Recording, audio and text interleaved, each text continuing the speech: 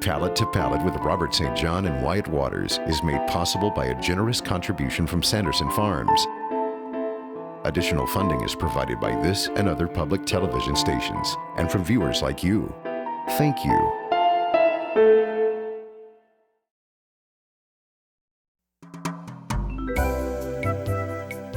When we're in Italy, we use tour guides a lot. They're a key component in our tours.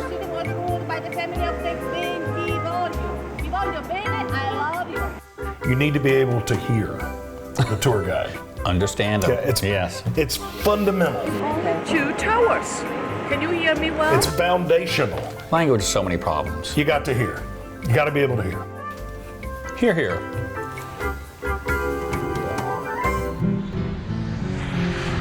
If you want two Americans who love Italy, we're your guys. You know, I really fell in love with Italy before I even went there, just through the paintings I studied. Neither one of us are Italian experts. We mangle the language almost in every sentence, but we love this place. Turning people on to the food, to the culture, to the art, and just the entire experience. It's a great place. We're still learning about Italy. It's great to watch people experience this. We went over there and we fell in love with it. And we love sharing it with other people.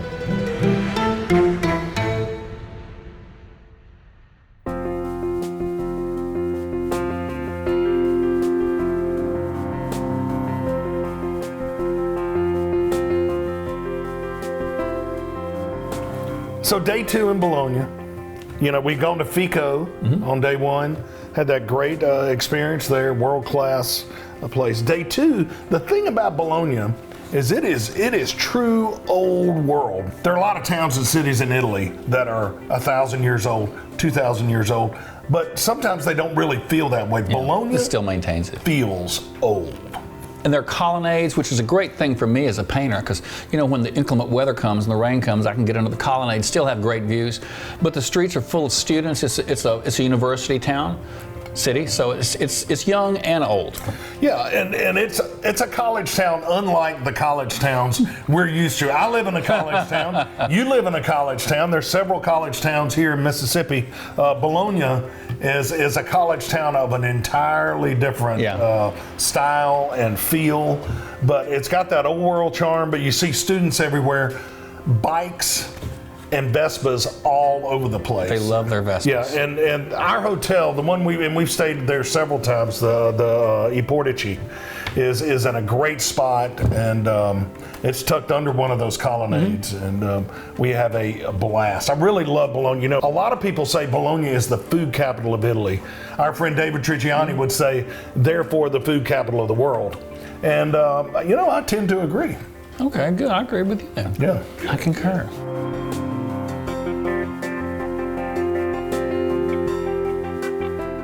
So we visited Fico already, which is a creation of Italy, which we have over here in America. One thing we don't have over here in America is the old world charm of those markets. Yeah. When you can walk down there, about 2 or 3 streets in Bologna that you cannot miss if you go. You've got meat hanging, you've got just world-class cheese shops, vegetables, fruit, that kind of market. I would love to live in a city where every day you could go in there and shop like that, just every day. And that's the way the Italians shop. They'll get a loaf of bread, some crusty bread, they'll grab enough vegetables for that night's dinner, some meat, some cheese, bottle of wine, and they take it home, and then they start over again the next day. Our supermarket concept is a foreign thing to them. Their foreign is our foreign. Boggles the mind.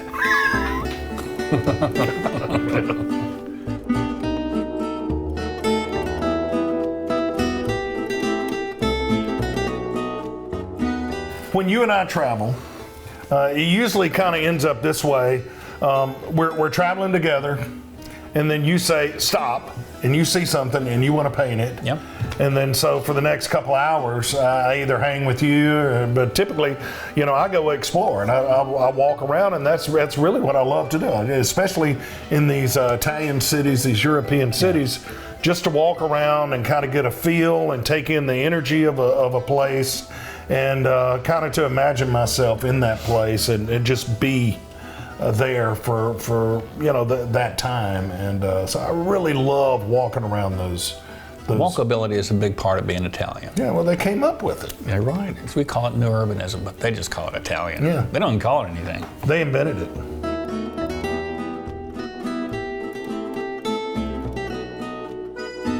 But there's really two kinds of walking. There's the meandering and just kind of wandering. Here to there. Yeah, that's it. And, discovering. And then when we have a group with us, we're responsible to kind of educate them a little bit. And you and I aren't the people to best educate. No. We go over there, we absorb, and we turn people on to what we've discovered. But when it comes to learning about this or that, then we hire professionals. The guides are very helpful, yeah. And I want to tell you, I'm pretty good. I don't brag on myself a lot, but I'll tell you, I'm pretty good at finding guides and getting those guides and pairing them with our groups. And, because that's what you look for in a guide, somebody who's relational, somebody who gets kind of the American experience, and they don't have to be American. They need to be able to speak English well. Marina, our friend who's a tour guide, is Dutch, but grew up watching American television, so she gets it. So I think I'm pretty good at choosing tour guides. This day, I blew it. This was the worst tour guide experience ever. I mean, ever. No one bats 1,000. You remember the movie Young Frankenstein? Of course. Yeah. We hired Frau Brooker as our tour guide. And it went downhill from there.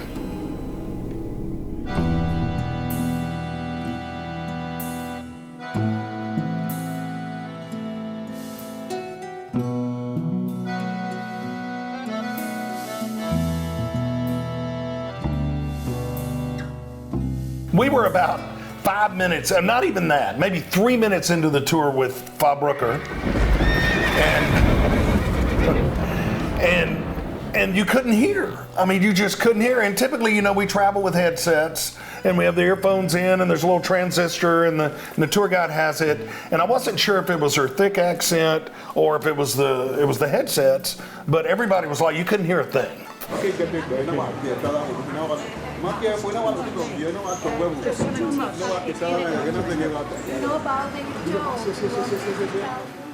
And so I stopped the whole tour. I was a little upset. I usually keep my cool. I'm usually composed. And I said, we got to get, and so I made her call the company to get new headsets and new transistors. We did. Everybody changed out. We did that thing, put them back in. We start going down, and you still can't hear. So it wasn't the earphones and the transistors. It wasn't the technology. It was Frau Brooker. So a lot of people just basically tuned her out. And I'm going to tell you, that is key. When you have a tour guide, you need to spend time researching. Again, we've been so blessed over the years. And when you find a good one, we hold on to them and become friends with them and close. But Frau Brooker. So we ended up, one thing I wanted to make sure everybody saw, in Bologna, the oldest medical school in the world is there. It's been there since 1088. Oh, gosh. Yeah. So you talk about a university town. This has been a university town for a long time.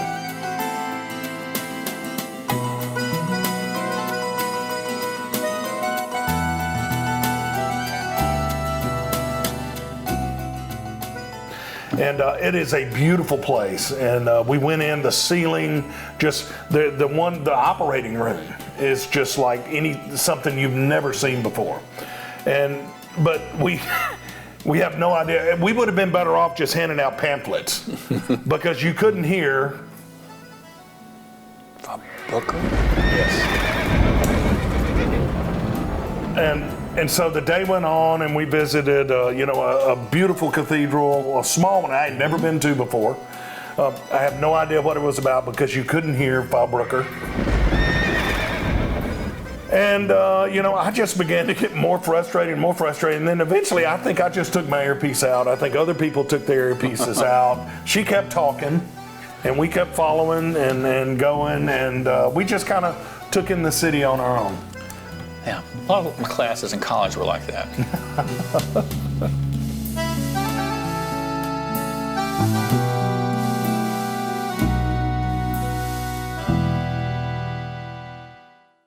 You know, in America, I think all city in New York, there are street musicians, but they're like down in the subway, mostly. In New Orleans, they're all through the French Quarter. You've got musicians everywhere in the French Quarter. And all over Europe, you have music. But I think Bologna, maybe more than any other city we visited, has more street musicians, which I love. Yeah. Because a lot of times you come across, and those guys are like world class. The other cool thing about Bologna is, you know how there's the Hollywood Walk of Fame? In Bologna, there's a small street, and I don't even know the name of the street, but I've ended up on it several times, and they have like a jazz hall of fame where this section of town is where all these great jazz musicians play. Dizzy Gillespie, Sarah Vaughan, Miles Davis, you know, Charlie Parker, all of these great jazz greats. They got jazz before we got jazz. Yeah. And it's like the Brits were into blues before we were. Yeah, it's like that.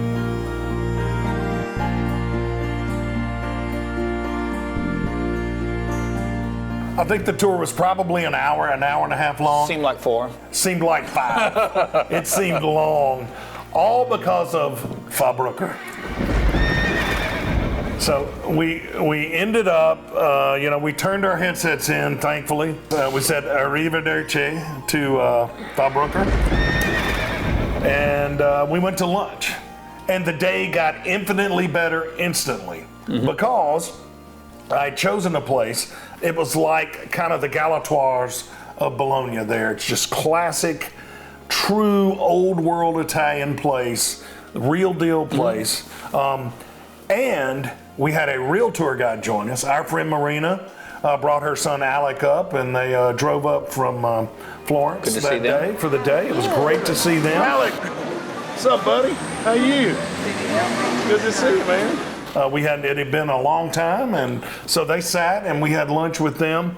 And there was an old guy who ran this place, and that's the thing I learned about Bologna. And it's like this in a lot of Italian places. In Tuscany, it seems more family oriented, but in Bologna, there's like one old dude who runs the place and who's in charge. And this place had that guy. I don't remember his name, but. We had a great lunch. Marina joined us, and it was, all was forgotten then. All's well that is well. Yeah. The food is great and everything, but I'll tell you, when you go into the restaurants, that restaurant just had all these great photos and celebrities, people who had visited there. It was just luminaries all over the place. Yeah, a lot of the photographs had the owner, and whoever had visited. He's a character, yeah. He kind of looks like Tommy Chong. And but he's a cool guy. What I remember most about that meal is, and we did it in a couple of places, but a classic Bolognese dish is tortellini in brodo, which is tortellini in broth.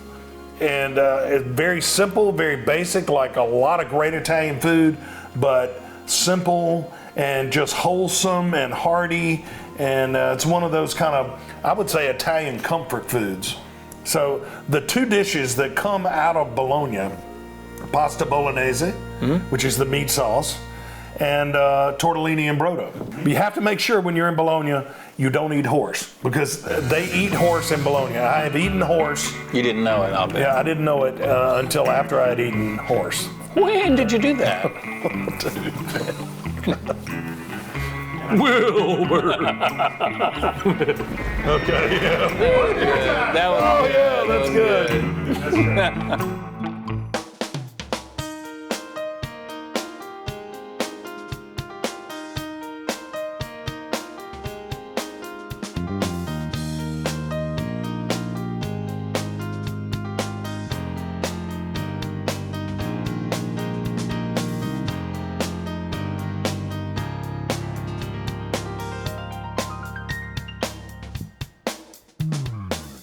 So, I'm all about the food. I love food, and you're in the food city of Italy. And my absolute favorite restaurant in Bologna, and one of my probably top 3 in all of Italy, is Leonida. Yeah. Our friend Enzo told us about this place. We've been several times, And it's run by a guy who is in his 80s. He started there as a server. He's been there like 70 years or something. I don't know. He started young as a server, and he's owned it for the last 50 or 60 years. And he works the restaurant every night. And I never order lasagna when I'm in Italy, because a lot of times you're going to find that at like some tourist place who is trying to impress the Americans of what Italian food really is or whatever. This place has legit lasagna, and it is so simple. It's pasta, it's a bolognese, it's a little bechamel, and really hardly any tomato or whatever. And they layer that thing, it's just beautiful. And this guy works the floor. The problem with it is they wouldn't let the cameras in. And you get a little bit of that in Bologna, really more than any other place we've been to. Two of the places that I wanted to take our guests to wouldn't allow cameras. And so we've got some still shots and stuff, but we weren't able to get the video. Trust me, excellent food. Leonita is the place. I love to eat at Leonita.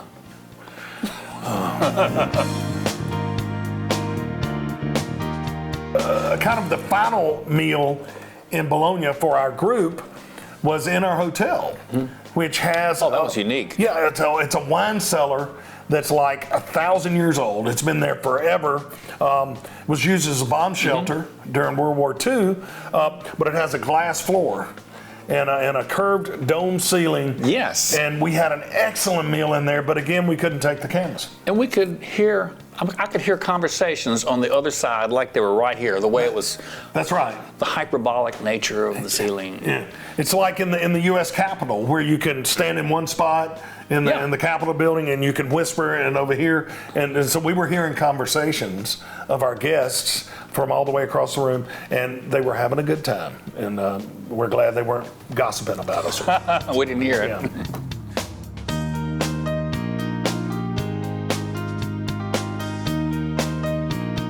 So the camera crew has 2 nights off while we're in these 2 different restaurants. We had a couple of young camera people with us who wanted to go to McDonald's, and they did. They went to McDonald's in Bologna, and they ate fried olives. Mac olives, I think they call them. Is that true? Really, fried olives? Fried olives, that's what they say. I heard that they were pretty terrible. Yeah. Don't biggie size that. They were not loving it.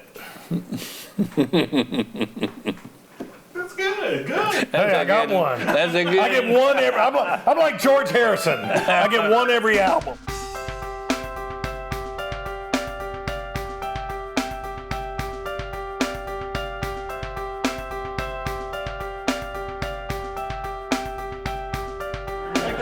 Thank you so much. So we had this great day. Our friends Marina and her son Alec came up, had lunch with us. And then that night, Anna Gloria and her husband Enzo drove up.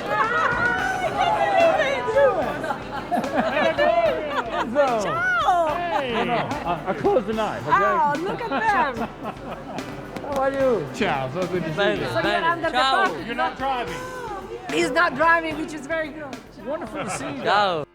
Their home in Tavernelle is just about an hour and a half away.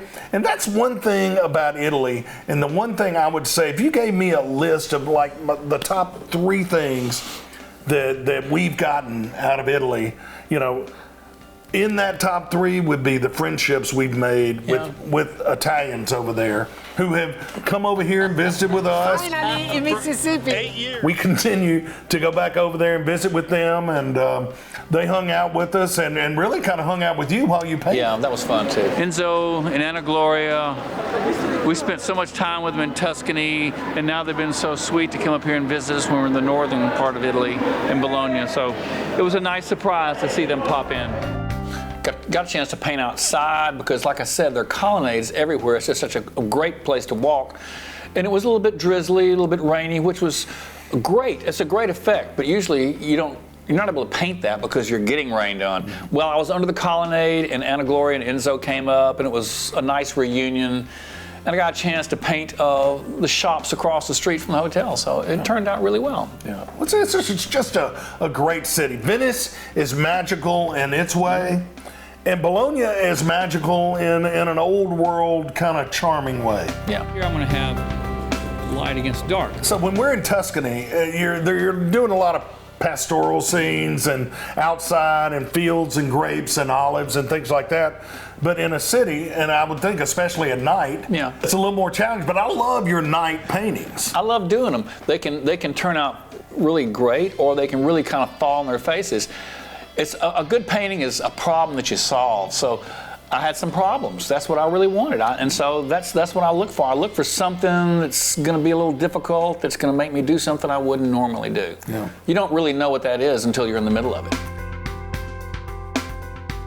Can I see? Oh, sure. This is watercolor aquarella. You paint? Okay. You Yes, paint? yes. What kind of work? With the oil paint, oil color. You need to do more night paintings. I love your night paintings. You did a great one that ended up in our book in Rome, right by the Spanish Steps. Yeah. That was a really cool night painting. You've got a really great one in Venice. A couple of them. The light coming out of that cathedral at night and the lady coming in. I love this one in Bologna too, though. Well, it's a beautiful city, and I was glad to be able to paint there too, so it was good. I did not get arrested. Yes, I must say, it was wonderful to not be arrested. It's always good not to be arrested.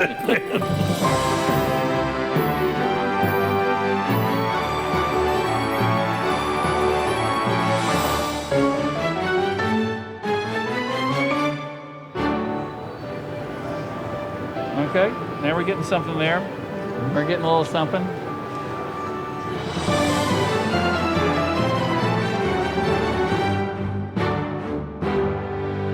I made this little thing to make thin lines.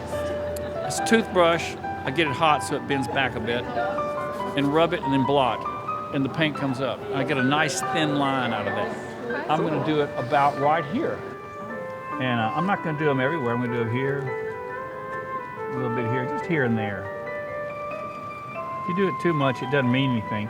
You have to do it once in a while, here and there, but not too much. You know, if you do it too much, it's like, well, you know, he overdid it. Like, you know, you say, I love you. Not all the time, but at significant moments.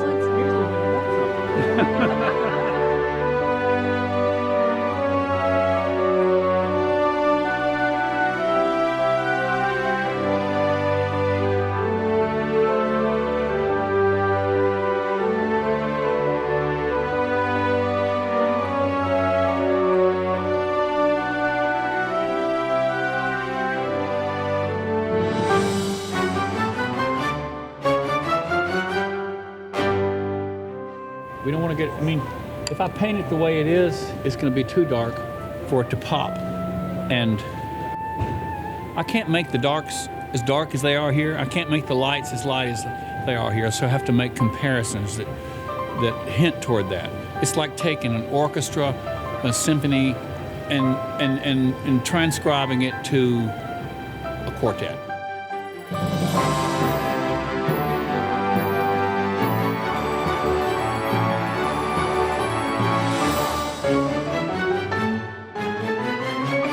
You can only allude to the big stuff, to the highs and the lows and all that. And that's good, that's fun. I mean, it's really, I'm reinterpreting nature here and life and whatever, you know.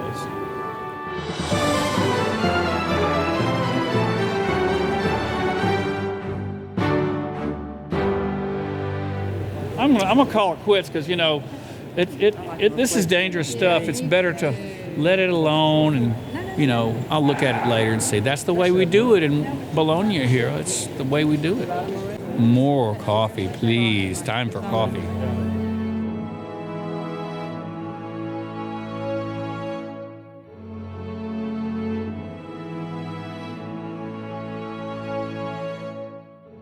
Monday had been a little stressful, arguing with Fabrooker and taking the group around. It was just, there were some challenges that day. And so you went and painted and I hit the sack. The nighttime is the right time.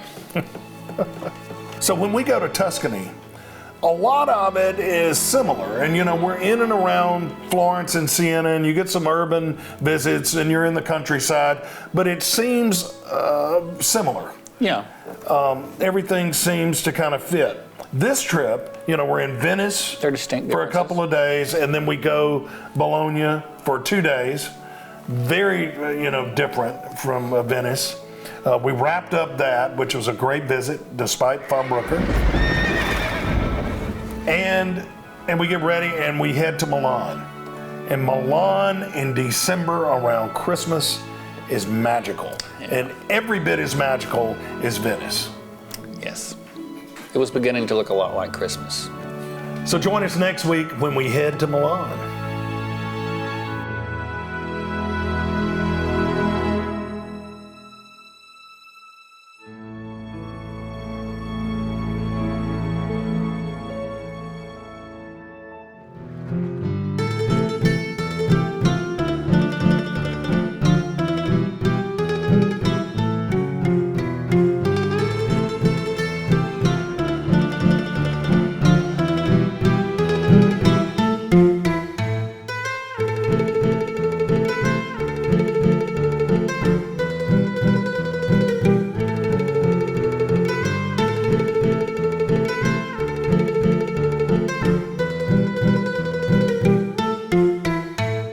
The paintings seen on today's program, plus many others, are featured in the An Italian Palate cookbook. This beautiful volume also includes authentic Italian recipes. An Italian Palate cookbook.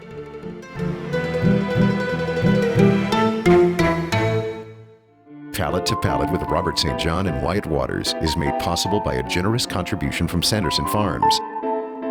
Additional funding is provided by this and other public television stations, and from viewers like you. Thank you.